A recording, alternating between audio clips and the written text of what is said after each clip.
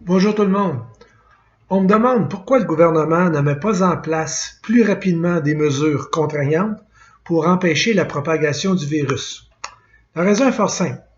Dans le cas de mesures d'urgence, dans le cadre de sécurité civile, il faut s'assurer que lorsqu'on met ces mesures en place, que la population puisse les comprendre, que la population puisse les accepter et que la population soit capable de les faire, sans créer de climat de panique. Faites juste vous rappeler, lorsque le gouvernement a commencé à parler qu'il y aurait une pandémie au Québec et au Canada, combien de gens se sont précipités dans les supermarchés et les Costco de ce monde et la pagaille que ça a mené. La police a même été obligée d'intervenir à certains endroits. Aux États-Unis, lorsque les Américains ont annoncé qu'ils étaient pour avoir une pandémie, il y a eu 800% d'augmentation de demandes ou d'accès à avoir une arme à feu, parce que les gens craignaient qu'il y ait des émeutes et ils voulaient se protéger en cas de pillage.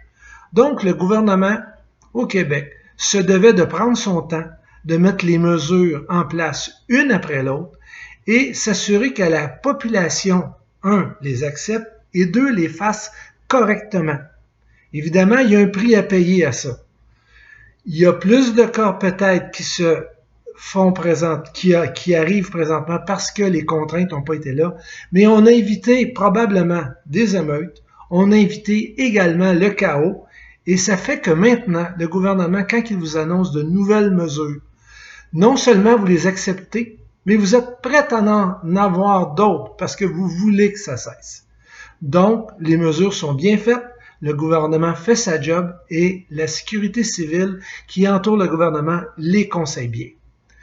Maintenant, si je vous parle de la quarantaine, moi j'en suis à ma 10e journée de quarantaine suite à mon retour au Canada et je peux vous dire qu'il y en a qui ne le comprennent pas bien.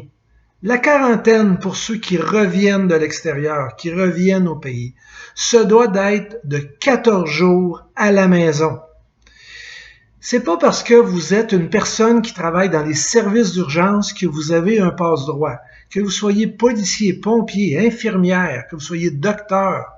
Vous devez faire votre 14 jours avant d'aller vous retourner au travail.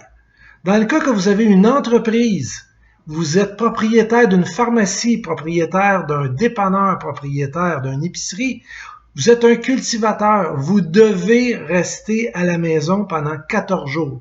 Vous irez faire votre travail de service essentiel par la suite. Donc, je pense que ça devrait être clair. Restez à la maison. Si vous sortez, n'oubliez pas que présentement, 99% de la population sont des délateurs. Ils vont vous stouler, comme on pourrait bien dire. La police va intervenir et si ça vous tente pas qu'on joue dans vos poches, la tolérance va sans doute être beaucoup moins grande avec le temps. Donc, on reste à la maison et tout le monde ensemble, on va passer au travers. Ça va bien aller. Au revoir. Vous pouvez partager cette vidéo. On se revoit bientôt.